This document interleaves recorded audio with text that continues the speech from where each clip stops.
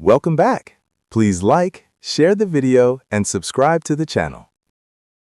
Welcome back to the show, everyone. I'm Alex. And I'm Jamie. We have some incredible breaking news to discuss today.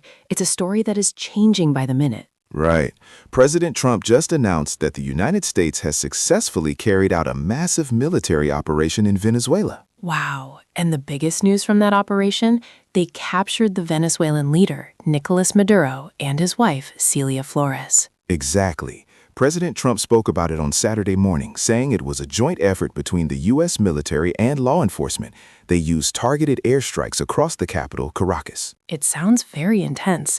I read that Maduro was actually flown out of the country immediately. Is that true? Yes, he was taken to the USS Iwo Jima. That's a U.S. warship currently stationed in the Caribbean. And what happens next for him? You mentioned law enforcement was involved. Right. Attorney General Pam Bondi confirmed that Maduro has been indicted in New York. For our listeners, indicted means he has been officially charged with the crime. In this case, it's for drug trafficking and weapons charges. Interesting. Now, President Trump held a press conference at Mar-a-Lago to explain the goals of this mission.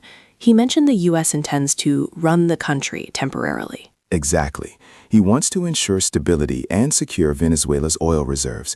He emphasized that this was necessary because Maduro refused to negotiate and was allegedly involved with international drug cartels. You know, I was worried about the soldiers. Was anyone hurt? Fortunately, President Trump reported no U.S. fatalities. However, some service members were injured, specifically when a helicopter was hit during the strike. I'm glad there were no deaths. But the international reaction has been very mixed, hasn't it? Definitely. Russia's foreign ministry is not happy. They called it an act of aggression and a violation of international law. But it's a different story in Florida. I saw videos of crowds in Doral celebrating the fall of the Maduro government and chanting for liberty. It's a huge moment for the expatriate community there. Meanwhile, back in Washington, some lawmakers are questioning if President Trump had the legal authority to do this without prior approval from Congress. Wow, there is clearly a lot more to come. Thanks for breaking this down, Alex. My pleasure. See you next time. Welcome to the show. I'm Alex. And I'm Jamie. Today we're discussing a very serious and sad story coming out of the Swiss Alps. Right. What was supposed to be a joyful New Year's celebration in the resort town of Crans-Montana turned into a major disaster. It's just heartbreaking. A massive fire broke out at a popular, crowded bar during the late-night parties. Swiss authorities have confirmed that at least 40 people have died. Wow, 40 people. That makes it one of the deadliest events in Switzerland's modern history. On top of that, over 115 people were injured, and many of them are in very serious condition. Exactly. But Alex, do we know how the fire actually started? It seems so strange for a modern building to burn so quickly. Well, the preliminary investigation is quite shocking. It seems the fire was caused by champagne bottles topped with sparklers. Sparklers? Like the small fireworks people use for celebrations? Yes, exactly. They were reportedly held too close to a flammable ceiling. Because the bar was so packed with people, the flames spread almost instantly. Patrons had almost no time to evacuate. That's terrifying. It really shows how a small mistake can lead to a huge catastrophe. It really does. And since Crans-Montana is a famous international ski resort, the victims come from many different countries.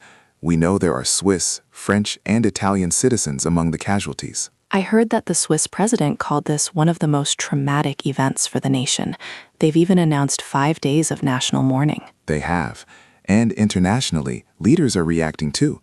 President Trump spoke about the disaster from the White House earlier today. Oh, really? What did President Trump say? President Trump offered his prayers and deepest condolences to the families involved. He said the United States stands with the people of Switzerland during this dark time. It's good to see that international support. Meanwhile, rescue teams are still searching the charred remains of the building, but it's very difficult because the structure is unstable. Right. This has already led to immediate calls for stricter fire safety rules and a ban on indoor fireworks in the region. I think that makes a lot of sense. Safety must come first. Absolutely. We'll keep you updated as we learn more. Thanks for listening. Stay safe, everyone. Hi, everyone. Welcome to our daily update. Today, we're looking at some major diplomatic moves happening right now in Ukraine. That's right, Alex. Senior national security advisors from across Europe have just arrived in Kyiv. They aren't just there for a quick visit, they are working hard to finalize a framework for peace. A framework, right. For our listeners, that basically means a structured plan or a roadmap. In this case, it's a plan to finally end a war that has lasted nearly 4 years. Exactly. And this isn't happening in a vacuum. This meeting is part of a massive diplomatic push led by the U.S. and backed by President Trump. He is really intensifying efforts to bring a resolution to the conflict. Right. President Trump has made it clear that he wants to see results. It seems like the international pressure is really building up. We are even seeing representatives from Canada and NATO involved in the working sessions. It's a very big deal. Next week, President Zelensky is expected to meet with these European leaders to discuss the actual proposals. We're talking about security guarantees and even plans for economic reconstruction, basically how to rebuild the region once the fighting stops. That's a huge task. But interestingly, Jamie, Zelensky is also shaking things up at home. He just appointed a new head of his office, Kirilo Budanov. Oh, Budanov. He was the military intelligence chief, wasn't he? He's known for leading some very daring operations. He sure is. Analysts say this change is meant to consolidate leadership. In other words, Zelensky wants his strongest, most trusted team ready before these critical negotiations begin. It makes sense. But Alex, we have to remember that the situation on the ground is still very volatile. Even while these leaders meet to talk about peace, Russian attacks were reported overnight in regions like Kharkiv and Dnipropetrovsk. It's heartbreaking. At least 6 civilians were killed. It really shows the contrast between the diplomatic talks and the harsh reality of the war. Right. That's why there is so much pressure on these advisors. Europe is feeling the weight of energy and economic concerns, too. Well, these documents are the most serious effort we've seen in months. Let's hope next week's summit is the turning point everyone is looking for. I hope so, too. Thanks for joining us today. Hey everyone, welcome back to the show. Today we have some huge news from the world of technology. Imagine having a personal assistant that lives inside your phone and does all your boring work for you. Right? That sounds like a dream. Well, that dream is getting closer to reality. Meta, the company that owns Facebook and Instagram, just announced a massive $2 billion deal to buy an AI firm called Manus. Wow, $2 billion. That is a lot of money. But what exactly is Meta getting for that price? They are buying talent and technology to build autonomous agents. Now, for our listeners, autonomous means something that can act on its own. It's a step beyond the basic chatbots we use today. Exactly. Usually we ask an AI a question and it gives us an answer. But these new agentic tools are designed to take action. For example, instead of just searching for flights, the AI could plan your entire travel itinerary and book everything for you. Precisely. It moves from simple chatting to proactive productivity. It can even create professional presentations with very little help from the user. Meta wants to integrate these agents into all their products, like Meta AI and WhatsApp. You know, this is a big strategic move. Meta is trying to stay ahead of rivals like Google and Microsoft. It feels like a race to see who can make the most useful assistant. It really is a race. In fact, Microsoft CEO Satya Nadella recently said that 2026 will be a turning point. He believes AI will stop being a novelty and become a fundamental part of our daily computing. That's a very close deadline. But with big deals like this, there's always some drama. Regulators are watching closely because they don't want big tech companies to limit competition. That's a great point, Alex. Since President Trump is currently leading the country, his administration will likely have the final say on whether this deal is allowed.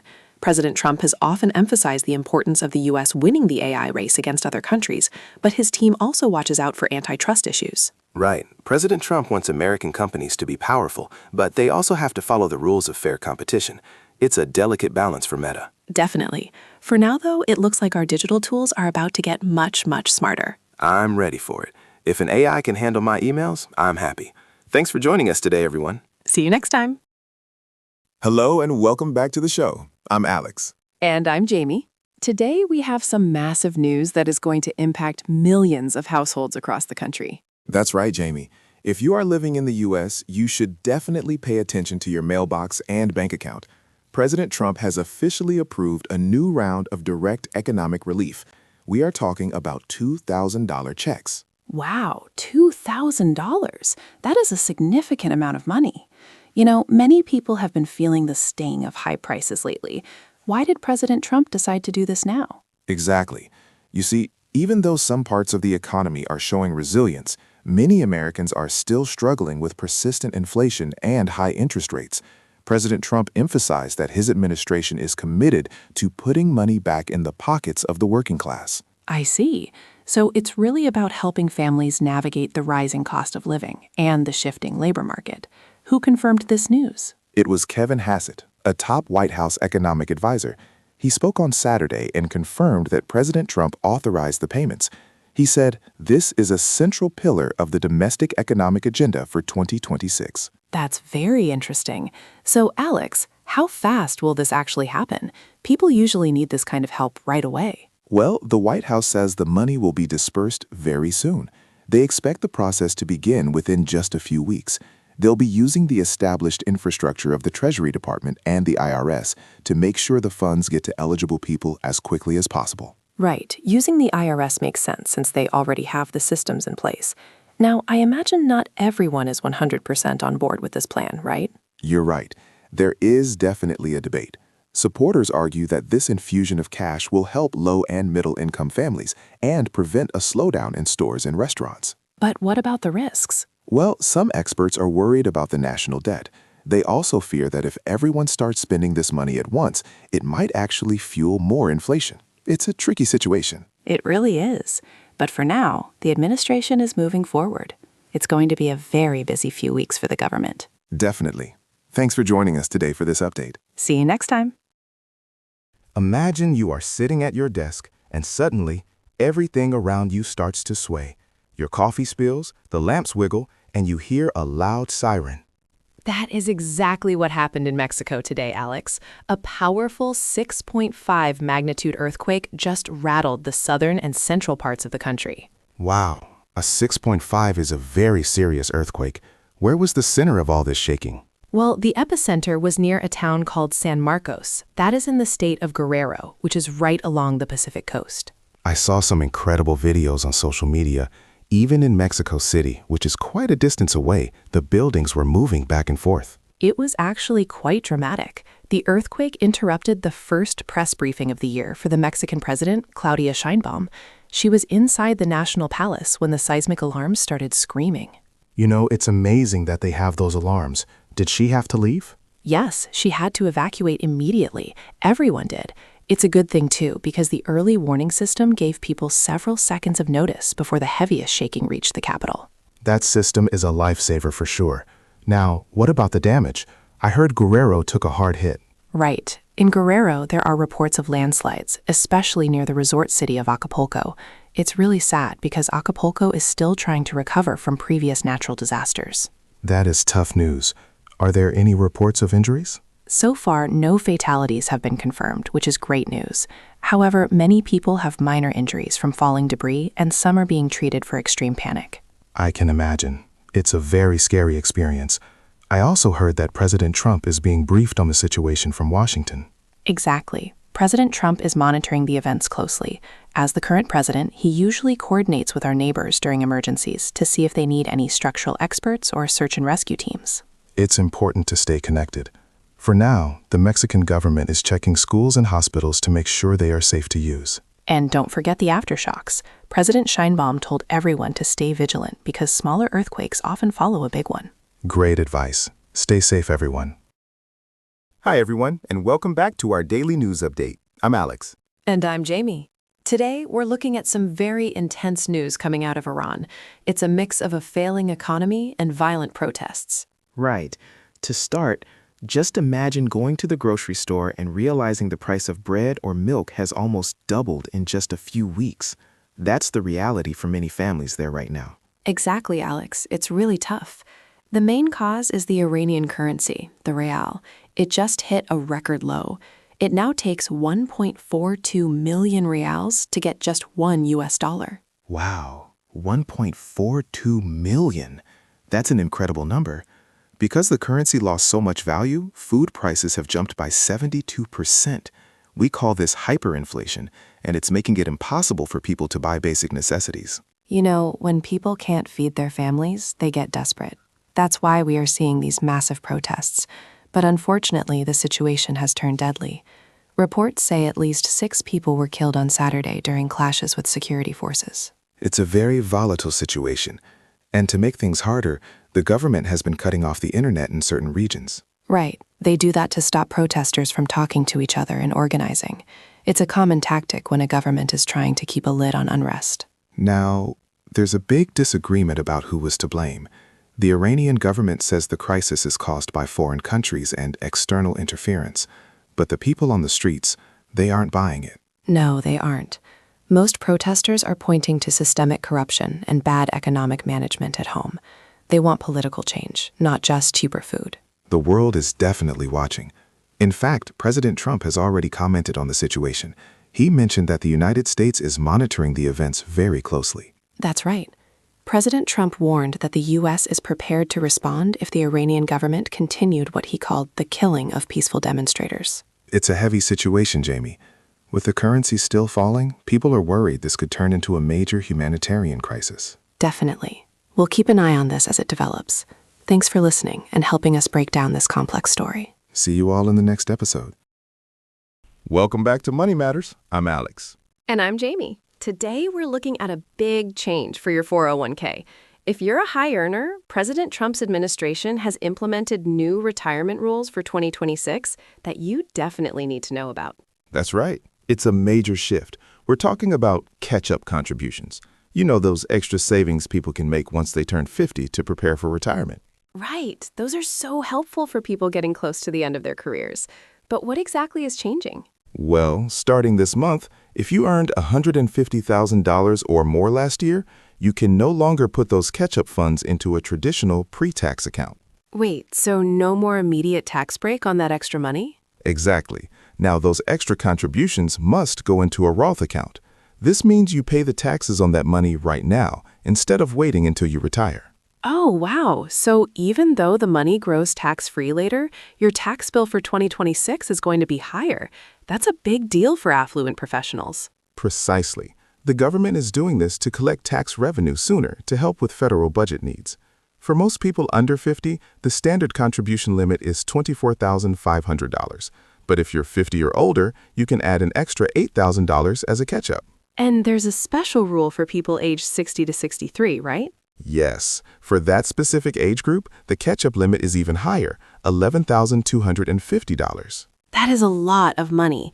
You know, I bet many senior-level employees are going to be surprised when they see their take-home pay decrease because of these new taxes. You're right. HR departments across the country are working hard to update their payroll systems and explain this to staff. Financial advisors are also suggesting that high-income earners reevaluate their portfolios. It sounds like a pay now, play later situation. While losing the tax break today hurts, having tax-free income during retirement is still a very attractive benefit. True, but it requires a new strategy. You have to balance your current expenses with those future benefits. Definitely. It's a complex change, but staying informed is the first step to protecting your savings. Exactly. Thanks for joining us today. See you next time. Welcome back to the show, everyone. I'm Alex. And I'm Jamie. Today, we're diving into a topic that's a bit scary for recent graduates. Have you heard about the hiring nightmare for Gen Z? It sounds like a movie title, but for many people, it's a reality. Brian Moynihan, the CEO of Bank of America, recently shared some truly shocking numbers about the 2026 labor market. Oh, I saw that. He said his bank received 200,000 applications for only 2,000 entry-level positions. Can you imagine? That is a lot of competition. Right. That means for every one person who gets hired, 99 people get a rejection letter. It's incredibly tough out there right now for young workers. Wow, but why is it so difficult? Is it just that there are too many graduates for too few seats? Well, that's part of it, but artificial intelligence is the big game changer. Companies are using AI to automate process-heavy tasks, the basic office work that junior employees usually start with. Those roles used to be the entry point for a career. Exactly. In fact, the data shows that mentions of AI in job descriptions have jumped by 400% in just 2 years. It's not just about having a degree anymore. You really need those technical skills. Definitely. And the market is in a low hire, low fire phase. Basically, people are staying in their current jobs longer, so there aren't many openings for newcomers. Even Jerome Powell at the Federal Reserve noted that young people and minorities are struggling to find a foothold. It's a major challenge. I know President Trump is focused on the economy, but this shift toward automation is something that policymakers and schools really need to address quickly. The gap between what you learn in college and what the economy needs is growing. You're right, Jamie. It's a double squeeze. Fewer jobs and higher requirements. Many students are now looking outside traditional corporate roles or seeking very specialized training. So, if you're a student, what's the takeaway? Stay curious. Don't just rely on your degree. Learn how to use these new AI tools to your advantage. Good point. You want to be the one using the AI, not the one replaced by it. Exactly. Well, that's all for today's update. Thanks for listening. Welcome to the show, everyone. Today we are looking at a mystery from deep space that has the whole scientific world talking. Right. It's all about a strange object named 3I/Atlas. It is an interstellar visitor, which means it came from outside our solar system. Exactly. And Professor Avi Loeb, a famous astrophysicist from Harvard, has a very bold theory. He suggests this object might not be a natural comet. He thinks it might be artificial. Wow. You mean like a machine? That sounds like something out of a science fiction movie. What makes him think that? Well, it's all in the data. You see, normal comets have gas tails that are usually around 5,000 kilometers long. But 3I/Atlas has an anti-tail that stretches 400,000 kilometers toward the sun. 400,000 kilometers? That's a massive difference. It really is. Plus, Professor Loeb noticed that the jets coming off the object are perfectly symmetrical. It doesn't look like messy ice melting. It looks like organized, thrust-like emissions. He even used the term biomechanical arc to describe it. You know, if this truly is a piece of alien technology, it's a huge deal for our planet. I'm sure President Trump has already been briefed on this by his advisors. Oh, definitely. With the object moving through our neighborhood, President Trump and the government are likely watching the data very closely. It's a matter of both science and national curiosity. For sure. But, Alex, are other scientists convinced? Not quite. Many researchers are still skeptical. They say that natural processes can sometimes create strange shapes that just look organized to humans. They believe we need extraordinary proof before we claim it's an alien probe. That's a fair point. So, when will we get more answers? We have to wait a little bit. 3I/Atlas will reach its closest point to the sun in April 2026. That's when telescopes will take high-resolution photos. I can't wait. Whether it's a strange space rock or a visitor from another star, it's definitely the most exciting event of the decade. Exactly. It's a great reminder of how much we still have to learn about the universe. Thanks for joining us today.